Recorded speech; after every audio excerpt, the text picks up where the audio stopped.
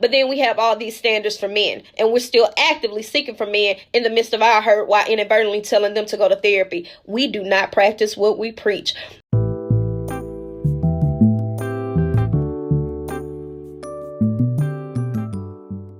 Of a group of white girls who are sitting at their graduation engaged. And the question came up, well, why is there not the reality for black women? I know y'all not gonna like what I gotta say, but you know me, I'm gonna say it anyways. First and foremost, black women are above reproach. Nah, it ain't the reality for black women, because these older black women keep telling these younger black women not to get married, to go out there and have fun, get your degree.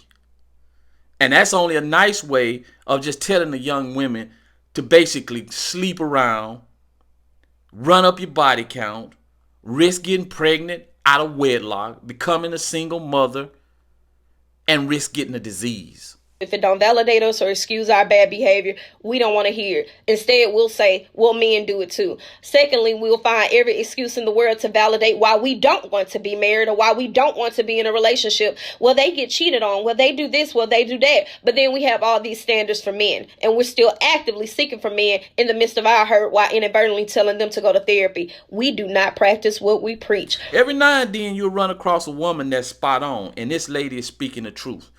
If you notice, a lot of these women will make all these claims about their life. Oh, I'm not looking for a man. I'm so happy being single. I'm loving me.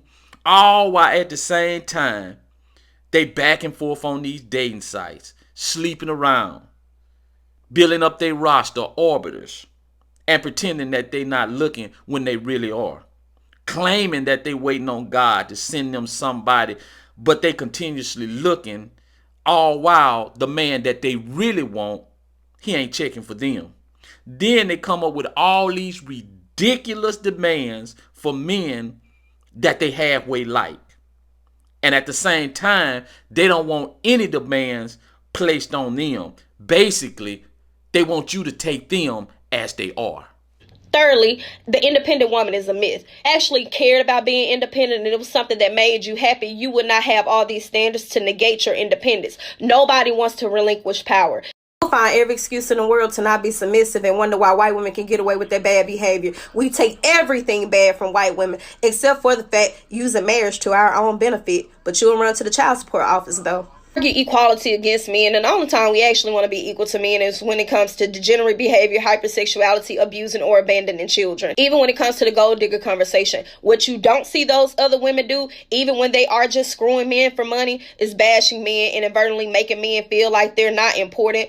Also too, telling them that they don't need men. Psychologically, we have been taught to disassociate ourselves, and even in that Malcolm X quote where he says the black woman is the most disrespected, he also says to be near your man. Because who taught you to hate the very race that you're supposed to be with? Now, can a woman really claim she independent if she got her ass down at the child support office? Guys, I get it, man. I'm an advocate against deadbeat dad. You had a child, that's your responsibility, so you got to take care of him. But can a woman really claim that she's independent if she's at the child support office? I want y'all to tell me if that's considered independent.